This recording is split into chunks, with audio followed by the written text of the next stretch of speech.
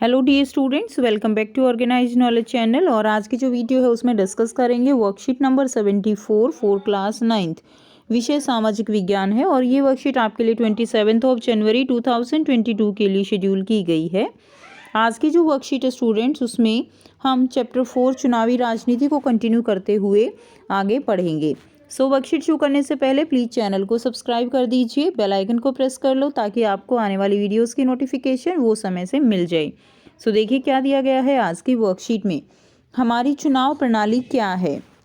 लोकसभा और विधानसभा के चुनाव हर 5 साल के बाद नियमित रूप से कराए जाते हैं। ये हम ऑलरेडी पिछली वर्कशीट में पढ़ चुके हैं कि जो सेंट्रल लेवल है, ठीक है, लोकसभा में यानी प्राइम मिनिस्टर के जो इलेक्शन होते हैं, विधानसभा में जो मुख्यमंत्री के लिए इलेक्शन होते हैं, वो चुनाव हर 5 साल के बाद नियमित रूप से कराए जाते हैं।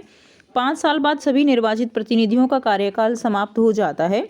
लोकसभा या विधानसभा जो है वो क्या हो जाती है, 5 साल के बाद वो जो है भंग हो जाती है।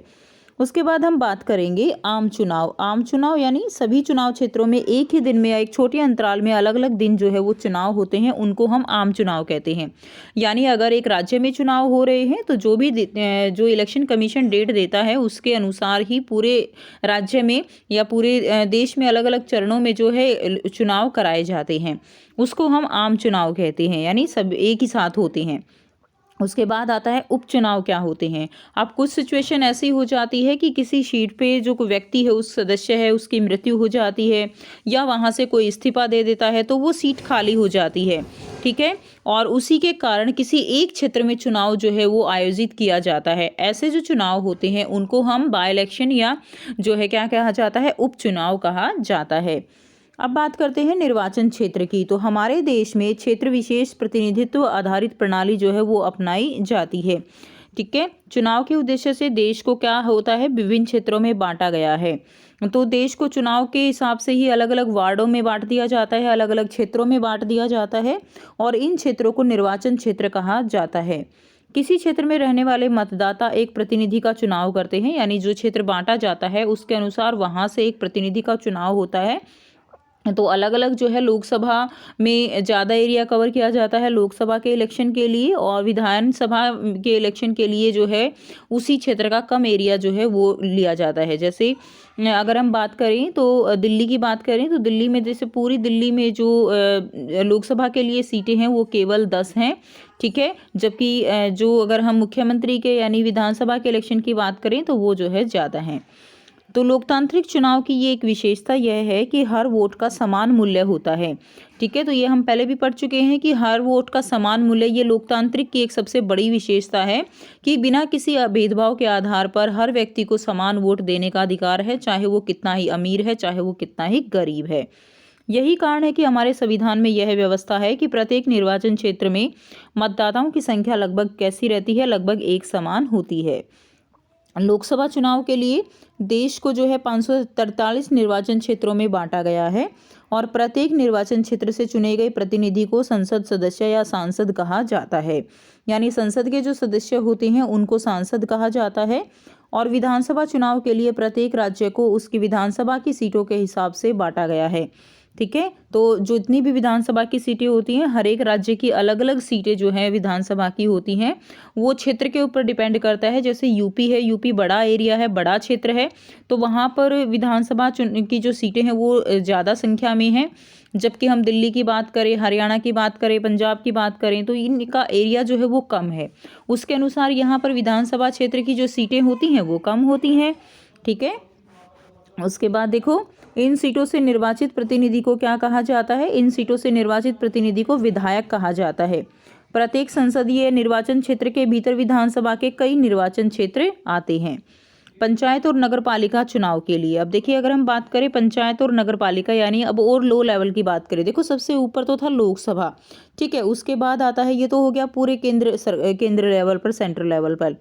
अब हम बात करते हैं, ये हो गया विधानसभा एक राज्य के लेवल पर। अब बात करते हैं राज्य के अंदर जो अलग अलग गांव, नगरपालिका, जो शहर होते हैं, गांव होते हैं, उनके लेवल पर है पंचायत और नगरपालिका चुनाव के लिए। गांव में पंचायत चुनाव होते हैं, शहर में नगरपालिका के चुनाव होते हैं।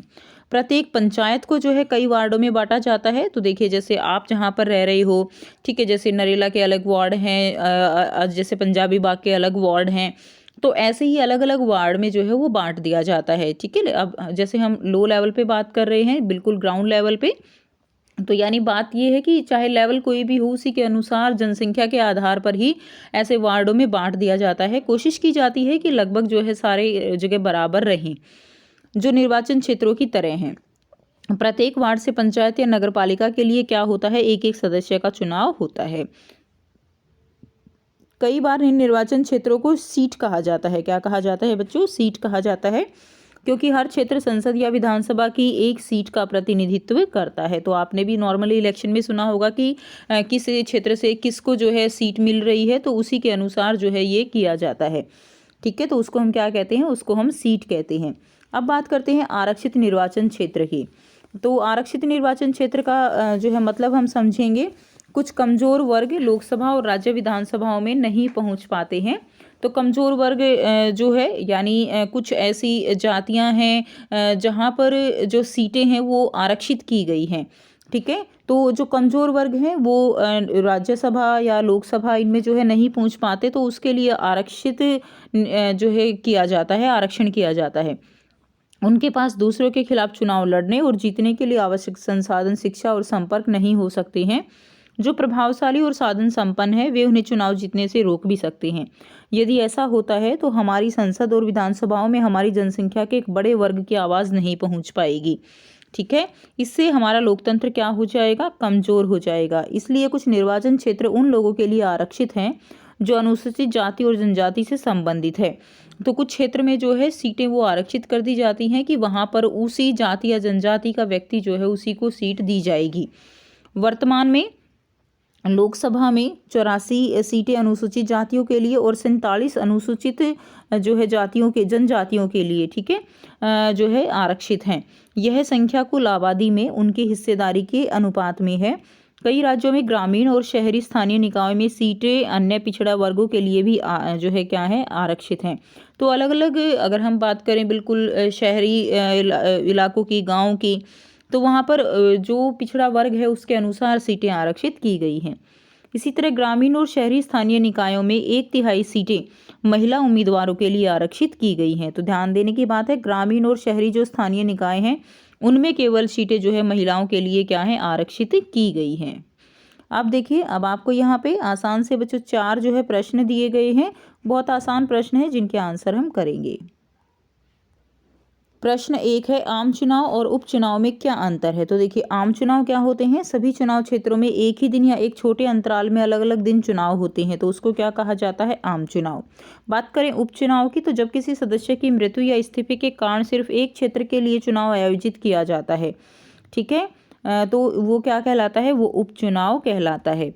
ठीक है, नेक्स्ट देखिए, नेक्स्ट है प्रश्न 2, सांसद और विधायक में क्या अंतर है? सांसद कौन होते हैं? लोकसभा का सदस्य सांसद कहलाता है, और राज्यसभा का सदस्य जो है वो क्या कहलाता है? विधायक कहलाता है। तो ये आंसर लिख देंगे। प्रश्न 3 है, क्या लोकसभा और राज्य चुनाव में महिलाओं के लिए आरक्षण है? तो देखिए, लोकसभा और राज्य चुनाव में महिलाओं के लिए आरक्षण नहीं है। तो नहीं, लोकसभा और राज्य चुनाव में महिलाओं के लिए आरक्षण नहीं है। इसके लिए एक विधेयक लाया गया था, लेकिन वो लोकसभा में पास नहीं हो पाया था, इसीलिए कोई आरक्षण नहीं है उसमें। 33% जो सीटें हैं 1/3 वो महिलाओं के लिए आरक्षित करने की मांग की गई थी। प्रश्न 4 है, देश को चुनावी निर्वाचन क्षेत्र में विभाजित करने के लिए संविधान ने क्या व्यवस्था की है?